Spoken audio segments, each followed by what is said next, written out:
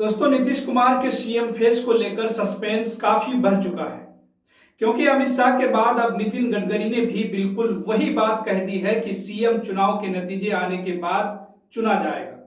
नीतीश कुमार के लिए टेंशन और ज्यादा बढ़ गई है, क्योंकि लगातार इसी तरह की बात अब भारतीय जनता पार्टी का बड़ा नेतृत्व करने लगा है। लेकिन सिर्फ बीजेपी का नेतृत्व ही नहीं, बल्कि चिराग पासवान भी वही बात दोहरा रहे हैं। और साथ ही जेडीयू के जो अध्यक्ष हैं, जिन पर आरोप लगते हैं कि वह हैं तो जेडीयू के, लेकिन बातें भाजपाइयों जैसी करते हैं, वो भी बिल्कुल उन्हीं की तरह बात करने लगे हैं।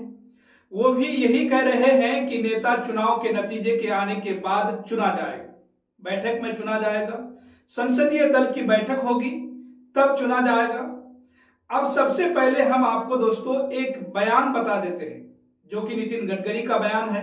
सबसे ज्यादा महत्वपूर्ण है, क्योंकि वह आजकल जब भी बयान देते हैं तो उनके बयानों में कुछ न कुछ बात अच्छी खासी समझ में आ जाती है। दोस्तों, अमित शाह एक कार्यक्रम में गए थे, वहां पर उन्होंने कहा था कि सीएम मुख्यमंत्री बनाने वाला भला मैं कौन होता हूं। जितने भी विधायक हैं जो चुने जाएंगे वो मीटिंग में फैसला करेंगे और इसके बाद पता चलेगा कि सीएम कौन बनेगा।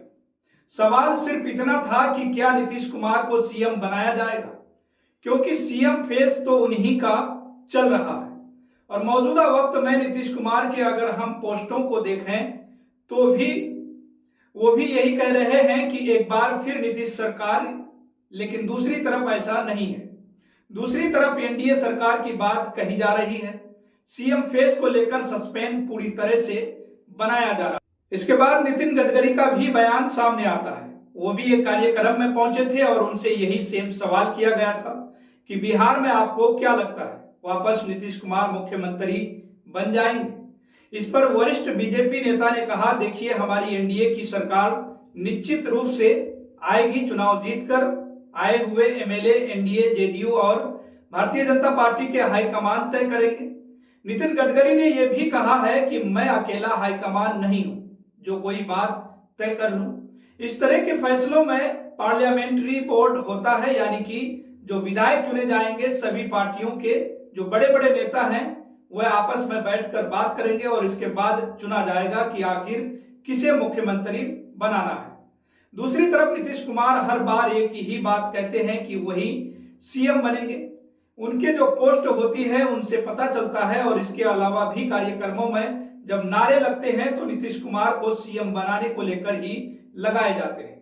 लेकिन दूसरी तरफ अगर हम एनडीए को देखते हैं या एनडीए को देखें तो एनडीए के नेता बिल्कुल ऐसा नहीं सोचते हैं। दोस्तों, जो बात हम आज से नहीं बल्कि बीते 1 से 1.5 महीने से आपसे कह रहे हैं कि नीतीश कुमार को मुख्यमंत्री बीजेपी ही नहीं बनने देना चाहती है। बीजेपी कतई नहीं चाहती है कि नीतीश कुमार अब बिहार के मुख्यमंत्री बने। 20 साल से वह सत्ता में है और अब की बार उन्हें हटाने की तैयारी पूरी तरह से भारतीय जनता पार्टी ने कर ली है। और इसकी शुरुआत बीजेपी ने ऐसे ही की थी कि उनकी सीटें कम कर दी गई थी। इसके अलावा चिराग पासवान की कई सीटों पर बीजेपी ने अपने मन मुताबिक कैंडिडेट बैठाए हैं। यानी कि पूरी तरह से प्लानिंग ऐसी की जा रही है कि भाई जब बैठक होगी, बातचीत होगी, क्योंकि बार बार एक ही बात कही जा रही है कि जब बैठक होगी, बातचीत होगी, इसके बाद पता चलेगा कि सीएम, बिहार के सीएम कौन बनेगा। मान लीजिए कि एनडीए जीत जाता है, इसके बाद जो विधायक हैं वो बैठेंगे, बातचीत करेंगे, विधायक दल के बड़े बड़े नेता बातचीत करेंगे। जो ललन सिंह हैं और संजय झा हैं, इनको लेकर भी लगातार ये बात सामने आ रही है कि वह पूरी तरह से भाजपाई होते जा रहे हैं और जेडीयू को फिनिश करने की पूरी अपनी कवायद पूरी कर रहे हैं। उनसे भी जब ये सवाल किया गया था तो उनका भी बिल्कुल ऐसा ही जवाब सामने आया था जैसा कि अमित शाह का और नितिन गडकरी का है। दूसरी तरफ चिराग पासवान है। चिराग पासवान भी अमित शाह के सुर्ख में ताल मिला रहे हैं और बता रहे हैं कि बिल्कुल यही एक प्रक्रिया है और इसी प्रक्रिया के तहत जो नेता है वह चुना जाएगा, क्योंकि दल 5 हैं और 5 दल हैं। लेकिन अगर सीएम फेस की हम बात करें तो बिहार में नीतीश कुमार के अलावा आपको एनडीए में ऐसा कौन सा चेहरा दिख जाता है जो सीएम फेस के लिए सुटेबल आपको नजर आएगा। क्या चिराग पासवान 29 सीटों को लेकर इसके बाद वो सीएम बनने की बात कहेंगे? क्या उन पर जो बाकी के नेता हैं वो मानेंगे? बिल्कुल भी नहीं मानेंगे। तो जाहिर सी बात है, इन्हें हम किनारे कर देते हैं। जो उपेंद्र कुशवाहा है, उन्हें भी किनारे कर दीजिए, जीतन राम मांझी को भी किनारे कर दीजिए।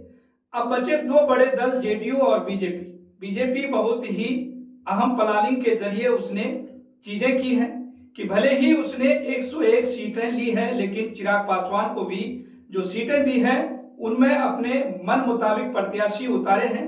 अपने जिस प्रत्याशी को वो उतारना चाहती थी वो चिराग पासवान की सीट से उतार रहे हैं। यानी कि जो कहा जा रहा है कि सिर्फ बीजेपी की 101 सीट और चिराग की 29 सीटें नहीं है, बल्कि ये बीजेपी की 130 सीटें हैं और जेडीयू की 101 सीटें हैं। यानी कि जेडीयू को 101 सीटों में निपटाया जा रहा है और वहीं दूसरी तरफ बीजेपी अपनी प्लानिंग के तहत बहुत ही सटीक तरीके से 130 सीटों पर लड़ रही है।